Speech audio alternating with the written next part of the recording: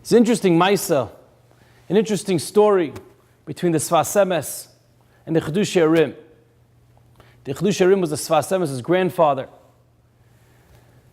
And there was one time when the Sfas Emes was learning late at night, and he got very involved in an intricate sugya, in a piece of Gemara, and he was learning his Chavrusa. And he got so involved, and he really wanted to clarify it, that he ended up going to sleep extremely late.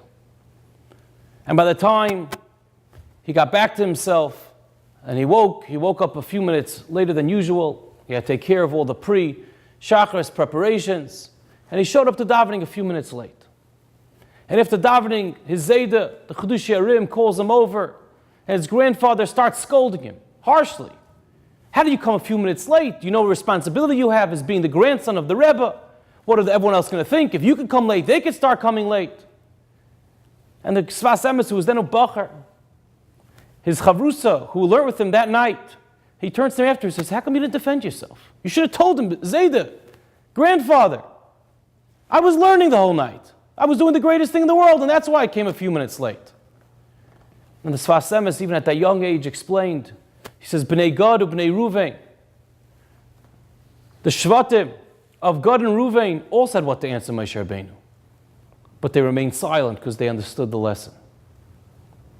And I saw a beautiful understanding, an idea, what was going on in this story? What was this Shakavatariya? What was the give and take here? From the Sefer Shem and Tov. And he says as follows, but Moshe B'nai Gad B'nai Ruvain, these Shvatim wanted to have land without going into Eretz Yisrael. They wanted to have extra land for their cattle, to graze, to live in, before the Yarden. And Moshe Rabbeinu starts screaming at them. He compares them to the Meraglim, and he makes them make a Tanai Kafel, and he says you have to first conquer the lands of Eretz Yisrael with the rest of the Shvatim, and only then can you get your land. What was going on? But they got to Reuven an easy taina. This is what they wanted practically. They didn't have any ill feelings. They weren't interested in creating any animosity or becoming anything extra over anyone else or absolving themselves from any wars. Why do you have to deal with them so strongly? And the Teretz is because Moshe Rabbeinu understood deep down that their priorities were a little bit warped. There was something there. And he wasn't worried for the moment, but he was worried for the future. Because they mentioned that they wanted Gizroy Soin, they wanted places for the cattle. And only afterwards they say, Aron Matapeinu, only after they said cities for their children. They put their cattle, their money, before their children. It was a very slight, fine line, but Moshe Rabbeinu picked up on it. And he realized that there's something lacking here. There's drive for the money, there's drive for wealth, or their drive for their physical, gashmias, was creating them to kind of blind them in their decision.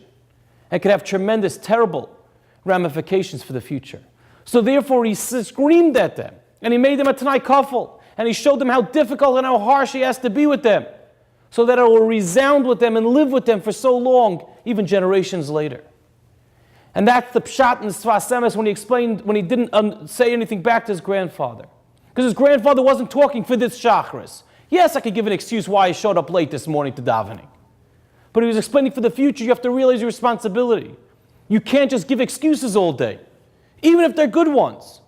You have to just man up and sometimes become the best you can be.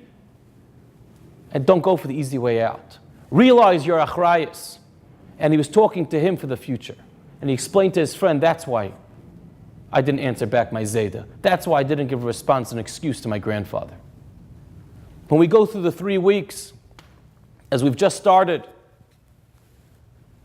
we have to realize, we look at ourselves, we're so restrictive. 3 weeks, 9 days, Shavuot, Shechal Bay, Tisha B'Av, there's so many, it's heavy, it's difficult. It makes life a little bit frustrating. What does HaKadosh Baruch Hu want from us? Come on, we're not really suffering this gullus. We have enough on our heads. But HaKadosh Baruch Hu is saying, look back as to what we were missing. Look back, I have to deal with you so harshly because you have to get the point. You have to realize we're not supposed to be complacent. We're not supposed to be comfortable here. And if we get that point on our own, so HaKadosh Baruch Hu is saying, I realize your priorities. And therefore I have to be strong with you now so that you realize what deep down is really a little bit warped with us. And if we start understanding what real gullus is and what we're lacking and how we're missing the Shekhinah of HaKadosh Baruch Hu and that great connection that we could have with Hashem, then Hashem says, I could pull it all off. I don't need to deal with you so harshly. So let's give HaKadosh Baruch Hu that opportunity by showing Him. We know we're in Gullus. We miss that connection with HaKadosh Baruch Hu. We're craving that dveikus that we once had. And as we internalize that and focus on that more and more and do something to develop a relationship with HaKadosh Baruch Hu and show what our priorities are, HaKadosh Baruch Hu will, Mitzvah Hashem, remove the 3 weeks, remove the issues of the 9 days and the Tisha B'Av, so that Mitzvah Hashem, the next time this year comes around, Tisha B'Av will truly be a Mayid and will be zeicha to see the Geula b'mheira b'yameinu. Amen. Have a wonderful Shabbos.